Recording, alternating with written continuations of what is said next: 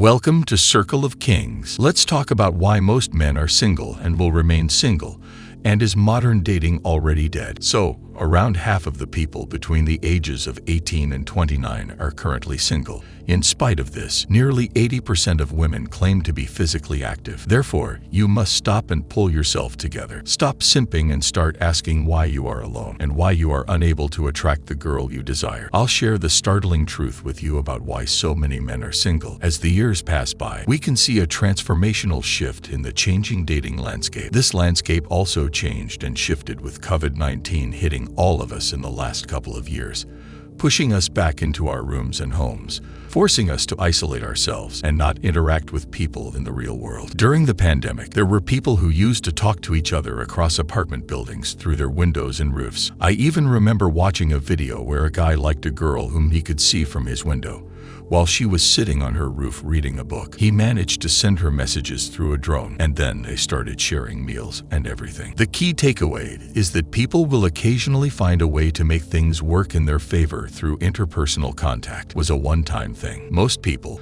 particularly men, were compelled to just use dating apps. Nevertheless, do you know what the worst aspect of dating apps for men is? It is utterly intended to harm people and undermine their self-worth. This is due to the fact that women have always had an advantage on dating apps and social networking sites. This in some of our previous videos as well. If there are 10 women on a particular dating app looking for a date at a particular time, there are going to be 500 guys looking for each of those 10 women, making it a case of extreme demand and short supply. It's just like economics and the concepts of demand and supply. The demand and supply of dating apps favor women. On websites like OkCupid, eHarmony, or others of a similar nature, women would advertise and would subsequently receive hundreds of messages from males. Among the dozens or hundreds of women they contacted, guys would be lucky to get even one response. The men in this situation would have to use all their effort in order to make a connection and have the opportunity to chat with a woman. Women crave validation, even if it's online. Tinder, and to a lesser extent, Hot or Not, are the main components of what I like to refer to as Dating 2.0, which was released a few years ago. With this new method of dating, neither men nor women are required to create online dating profiles. Both of them just swipe left for those they dislike and right for those they like. Guys are once again succeeding in showering women with attention,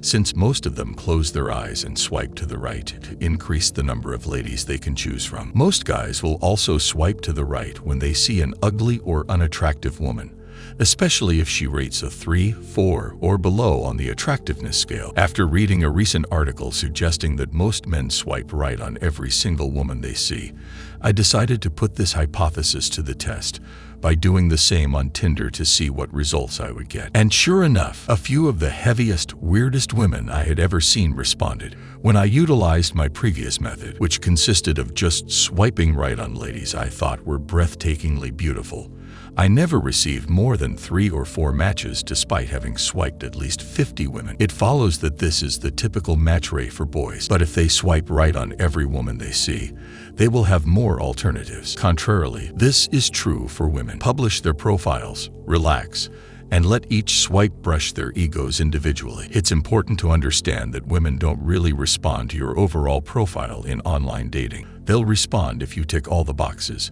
they have for the sort of guys they're seeking. For example, they'll swipe right if you're a certain height, or if you're dressed like you know how to, or if you show that you're well-read and well-traveled. Only if you check off all the appropriate boxes will women reply. Also, I can only assume that women in their mid to late 30s who are obese, lack fashion sense, or simply don't have fascinating personalities will also swipe right on every man. They are at the bottom of the market for female intimacy. If they're still having trouble finding someone, they switch to other dating services that are only open to those who have become completely cut off from society due to technology. Women typically have brief bios on their dating profiles, and they frequently use the same material on both platforms. Descriptions that include typical things such as their love for pets and repulsion for men who only want one-night stands. Women naturally want men to have value and will change their perspective on dating if you bring that value. Ironically, though, if these women met an attractive guy who checks all of their boxes,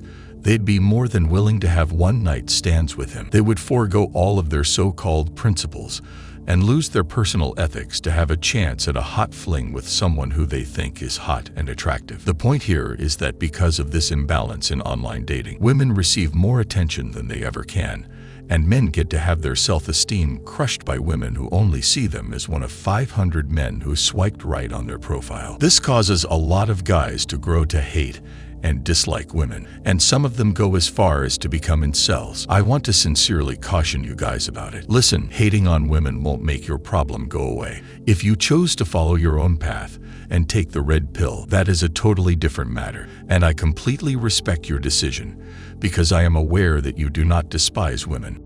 Thanks for watching, and please like and subscribe for more content from Circle of Kings.